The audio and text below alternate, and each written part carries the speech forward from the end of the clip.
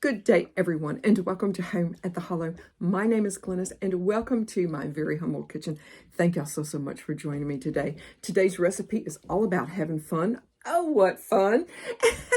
And easy, and maybe bring a child or two into the kitchen with you. This is an apple pie cruffin, and I want to show y'all.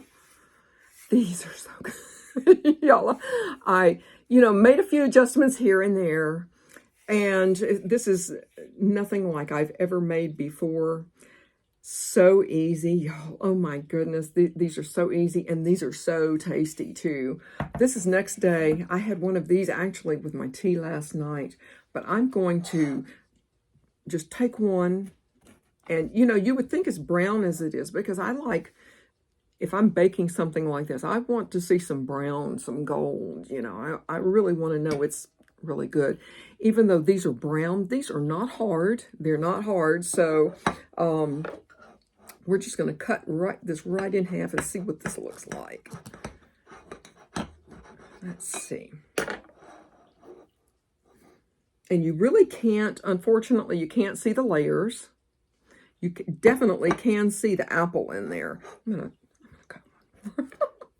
why not, right? I mean, you can see this one a little bit better. I think that y'all can see the layers a little bit better. But these are so easy. They are delicious. And I made these and a steamed toffee pudding in the same morning. So if that doesn't tell you that these are easy, then I hope that you give these a try. You can whip these up in absolutely no time and be the star of the show. Without further ado, apple pie cruffins. So just having a little bit of easy cooking fun in the kitchen today. I've got 3 rolls or tubes of the crescent dough sheets that are not perforated. Now, of course, if perforated is all that you have, that's fine. Just make sure you mend up the perforations. But this makes a dozen cruffins. And so, this is, so 3 tubes of this. Now, I've started off with a ½ cup of granulated sugar and 2 teaspoons of cinnamon. And I'm starting to think this probably may not be enough. So we're just going to have to adjust it as I go along, because I'm kind of totally winging it. A couple of tablespoons of room temperature butter. Now I do have let's see, what size is this? A 21-ounce can of pie filling. If just the pie filling or sugar-free, whichever, measure out 3/4, a healthy 3/4 of a cup, or just a cup.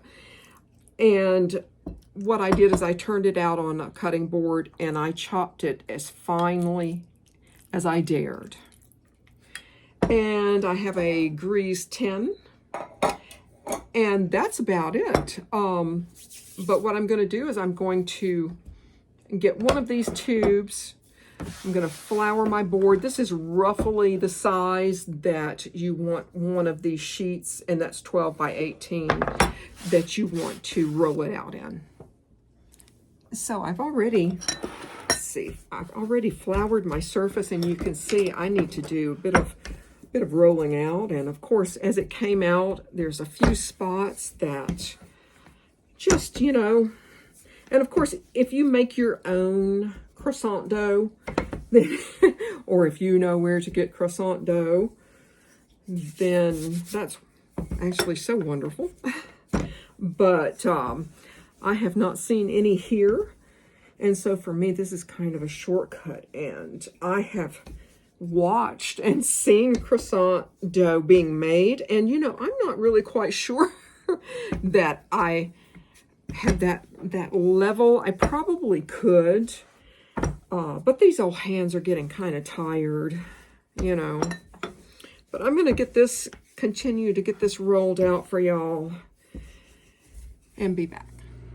So I got this as rolled out as I can, and I'm going to I've softened 2 tablespoons of butter, salted, unsalted, whatever that you have is totally fine.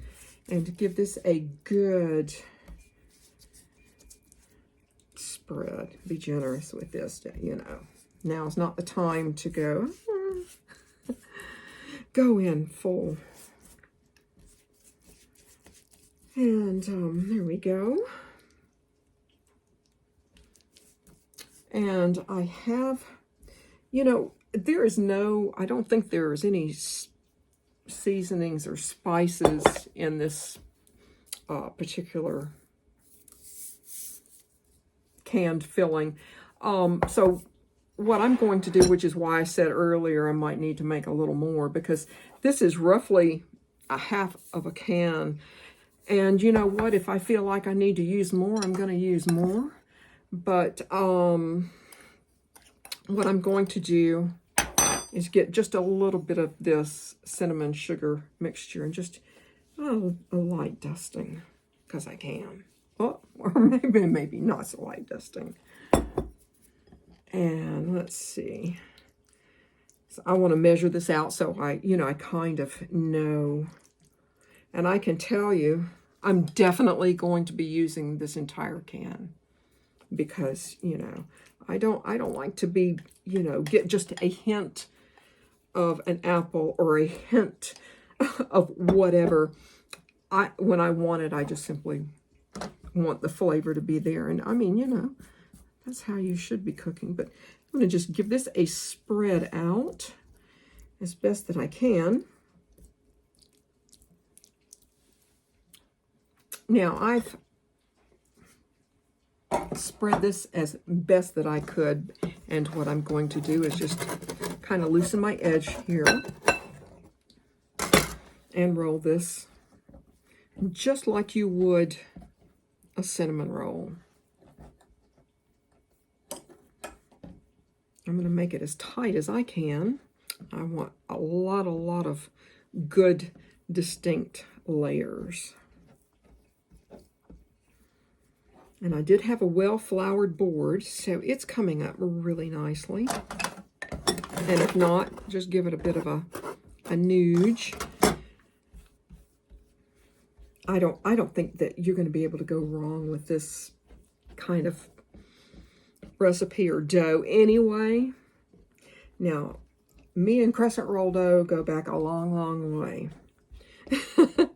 And you know, of all the places like people's homes, and they'll serve, you know, baked just crescent rolls. And I've tried them at home, and I just don't know what it is about me and crescent rolls don't agree with one another. Because if I open a can of just crescent rolls and try to bake them just like crescent rolls, guaranteed they're going to be really ugly. So I kind of have a love-hate relationship with crescent rolls. The dough, I mean, you know. And there we are. It's looking pretty skinny. And I'm going to just kind of make sure that it's as even as I can get it. And I'm going to say this is roughly half. And then what I'm going to do is I'm going to roughly half lengthways. Do you know? Like this.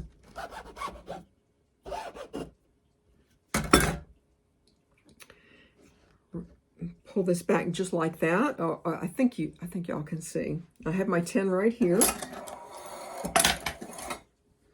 And just take it through the cut side up. You can see the cut side is right here. I think you can.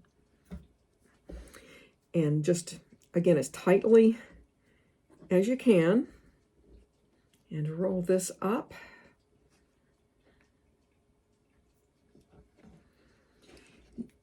And I think you can see, just like this.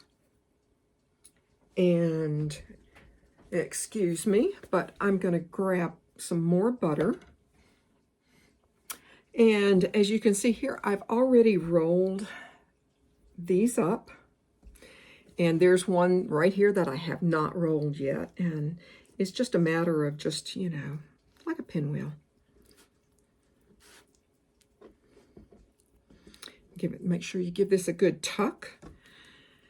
And with your butter, just give a generous, you know, just a brush.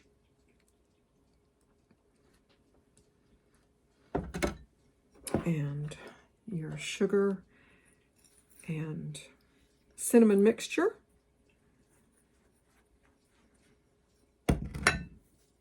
And there you go. Just plunk it right in there. And it's just that easy. And these are so good.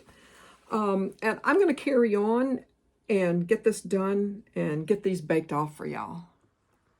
And here we are. 350 starting, you know, start checking them about 20 minutes, 25 minutes, something like that at 350. Oh, these are going to be so tasty. And excuse the noise, but these took actually a little bit longer than I anticipated, probably about 30 minutes, but they look so good. I'm going to let these totally cool off before we tear into them.